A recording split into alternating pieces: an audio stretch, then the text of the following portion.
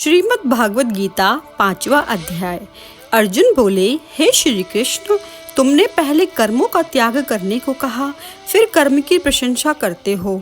ऐसे इन दोनों में जो अधिक हितकर है वह एक बात निश्चय करके बतलाओ।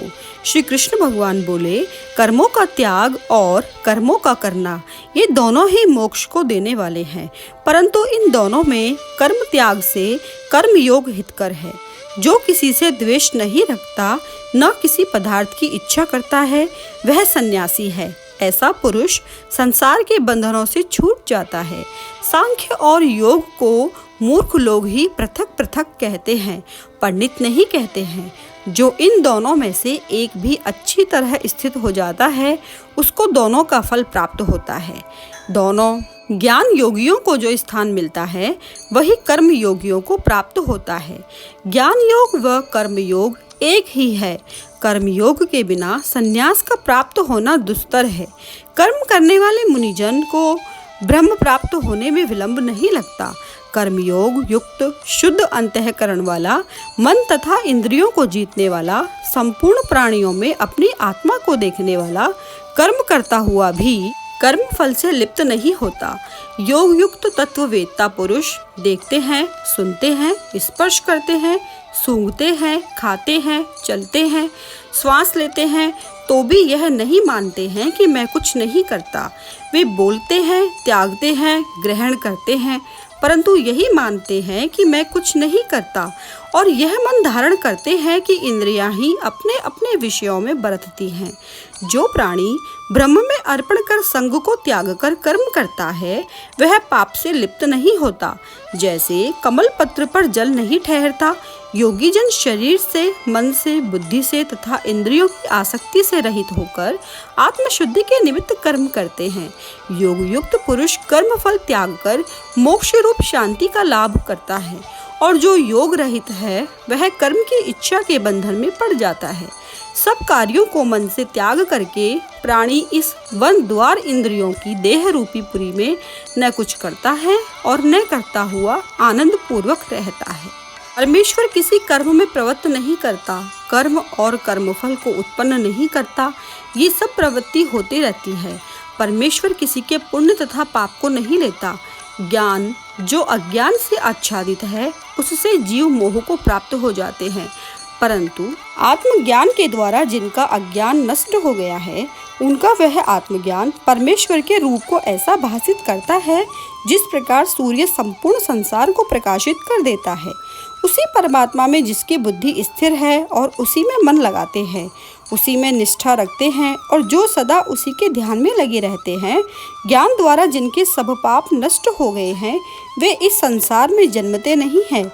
विद्या और विनय से संपन्न ब्राह्मण में, गाय में, कुत्ता में और चांडाल में पंडित जन की दृष्टि समान रहती है। जिसके मन में इस तरह की समानता उत्पन्न हो गई है, उन्होंने इस लोक में जन्म मरण रूप संसार को जीत लिया है, क्योंकि ब्रह्म निर्दोष और सर्वत्र समान है। इसीलिए वे ब्रह्म को प्राप्त हो जाते हैं। जो प्रिय पदार्थ को पाकर प्रसन्न और अप्रिय को पाकर खिन्न नहीं होते, ऐसे स्थिर बुद्धि वाले मोह रहित ब्रह्मवेत्ता को ब्रह्म स्थिर जानो। बाहरी पदार्थों में जो चित्त को आसक्त नहीं होने देता, वही आत्म सुख का अनुभव करता है और ब्रह्म में अंतःकरण को मिला अक्षय सुख मोक्ष प्राप्त करता है। वे इंद्रियों के स्पर्श से जो भोग देते हैं, वे वस्तुतः दुखदायी होते हैं। उनका आदि भी है और अंत भी है। हे कौन्तेय, ज्ञानी लोग ऐसे भोगों में रत नहीं होते। शरीर छूटने से पहले जो मनुष्य काम और क्रोध के वेग को सहन करने में सक्षम होता है, वह योगी और सच्चा सुखी है। जो योगी आत्म सुख से सुखी, अंतरात्मा के आनंद से आनंदित और अंतर ज्योति से ही प्रकाशित है, वह ब्रह्म रूप होकर ब्रह्म निर्वाण मोक्ष को प्राप्त होता है। पाप जिसके नष्ट हो गए हैं, कुबुद्धि दूर हो गई है, मन को जिन्होंने वश में कर लिया है। जीव मात्र का जो हित चाहते हैं, ऐसे योगी को ब्रह्म निर्वाण प्राप्त होता है। काम तथा क्रोध जिनमें नहीं है, मन के वेग को जिसने रोक लिया है, ऐसे आत्मज्ञानी योगियों को ब्रह्म निर्वाण सहज ही प्राप्त होता है। बाहरी पदार्थों के संयोग से अलग रहकर दोनों भौहों के बीच में दृष्टि लगाकर नासिका के भीतर चलने वाले प्राण अपान वायु को सम करके इंद्रियां, मन और बुद्धि को वश में करके इच्छा, भय तथा क्रोध को त्याग कर मोक्ष की इच्छा करने वाले योगी जीवन मुक्त हैं। जो मुझको सब यज्ञों और तपों का भोक्ता, संपूर्ण लोकों का स्वामी व सब प्राणियों का मित्र जानते हैं, उन्हीं को शांति प्राप्त होती है। श्री कृष्ण अर्जुन संवादे संन्यास योगो नाम पंचमो अध्याय। ओम नमो भगवते वासुदेवाय। 5वें अध्याय का महात्म्य। श्री भगवान जी बोले, हे लक्ष्मी, 5वें अध्याय का महात्म्य सुन। एक ब्राह्मण पिंगल नाम का अपने धर्म से भ्रष्ट हुआ। वह कुसंग में बैठ मच्छी मांस खावे, मदिरा पान करता और जुआ खेलता था। देव योग से वह पिंगल के एक राजा के यहाँ नौकर हो गया। राजा के पास और लोगों की चुगलियां वह किया करता था। जब बहुत दिन बीत गए तब वह धनवंत हो गया। तब उसने अपना विवाह कर लिया, परंतु उसकी स्त्री व्यभिचारिणी आई। वह स्त्री को मारता।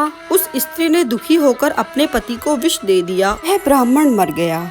उस ब्राह्मण ने गिद्ध का जन्म पाया। कुछ काल पीछे वह स्त्री भी मर गई। उसने तोते का जन्म पाया। तब वह एक तोते की स्त्री हुई। एक दिन उस तोती ने तोते से पूछा, हे तोते, तूने तोते का जन्म क्यों पाया? तोता बोला, हे तोती, मैं अपने पिछले जन्म की कथा सुनाता हूँ। मैं पिछले जन्म में ब्राह्मण था, अपने गुरु की बात नहीं मानता था। मुझको गुरुजी ने श्राप दिया था, जा तू तोते का जन्म पावे। इस कारण तोते का जन्म पाया। अब तू कह, तू किस कारण से तोती हुई? उसने कहा, मैं पिछले जन्म में ब्राह्मणी थी। एक दिन मेरे पति को मैंने विष दे दिया और वह मर गया। तोते ने कहा, तू तो बहुत बुरी है जिसने अपने पति को विष दिया। एक दिन वह तोती वन में बैठी थी, वहाँ गिद्ध आया।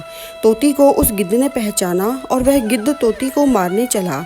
आगे आगे तोती, पीछे पीछे गिद्ध। जाते जाते तोती एक शमशान भूमि में थककर गिर पड़ी। वहाँ एक साधु का दाह हुआ था। साधु की खोपड़ी वर्षा के जल से भरी हुई थी।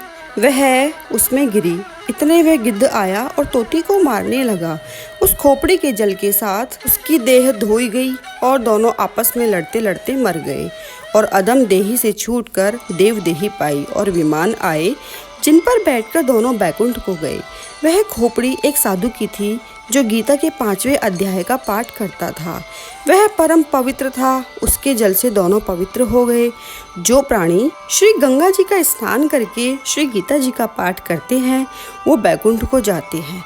ओम नमो भगवते वासुदेवाय।